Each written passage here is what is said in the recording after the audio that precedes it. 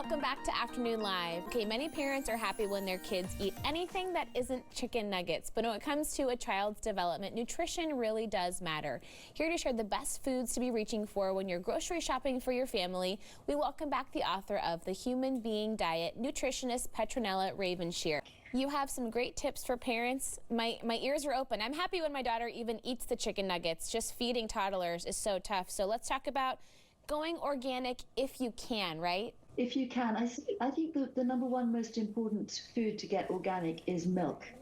Because organic milk tends to be from cows that are eating grass, not grains, which means they have more omega-3 fats in the milk, and that's very important for brain and for eyes as well. The connection between the eyes and the brain means it's going to make it easier for kids to learn to read and, really seriously important things like that. You've got great ideas as well for produce. Going frozen for fruits and veggies actually can save money sometimes as well. Absolutely, it saves money. And the other thing is that for little people, you can just take a small amount of the berries or the vegetables out of the freezer, and you're not going to be wasting nearly as much as you would if you were buying fresh. That's true, and they're good all year round. You don't have to wait for the perfect season to find that kind of produce. How about smoothies instead of fruit juice? I always hear that juice should be a special treat. We shouldn't be giving our kids juice all the time anymore. Exactly, and I think you just mentioned special treat, and I think that treats are important, but maybe we could just have them on a Saturday, and the rest of the time, the kids could eat what we really want them to eat, which is things like smoothies, because smoothies contain all the fibre of the fruit and the vegetables and much more nutrition, whereas fruit juice just goes straight into the bloodstream with sugar, and it really doesn't help a kid's concentration or memory or mood even, because when we have blood sugar highs, then our blood sugar tends to crash, and then we feel really awful.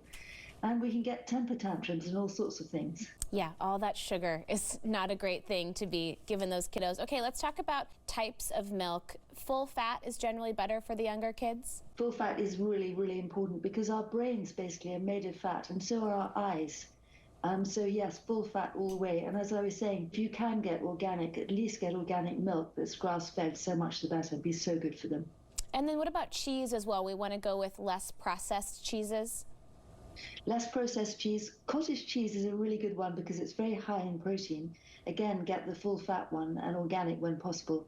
And you can sneak it into all sorts of things that your kids won't even know that it's there.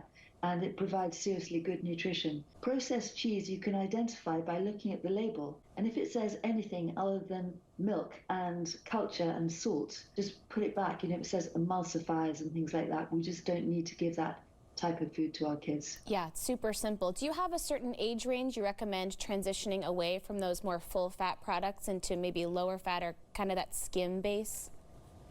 I must say that I am a great fan of full fat products because what's happened in our food supply is that everybody's got scared of fat, especially the processed foods are full of more sugar and salt and other things to compensate from, for the lack of fat. So I would say stick with it. And there's a very interesting study in Sweden, I can't remember the author's name, who said that the people who ate full-fat milk, cheese, yogurt were actually thinner and lighter than the people who ate low-fat. Very interesting. That's a great point. Okay, let's talk about sweeteners. There are some things that we can replace straight-up sugar that can still be really tasty for the kids. Yes, so things like maple syrup, palm sugar, jaggery, which is a kind of Indian sugar which has lots of minerals in it. But yes, if you can avoid actual table sugar, so much the better. Molasses is a good one. Great one for making flapjacks. There you go.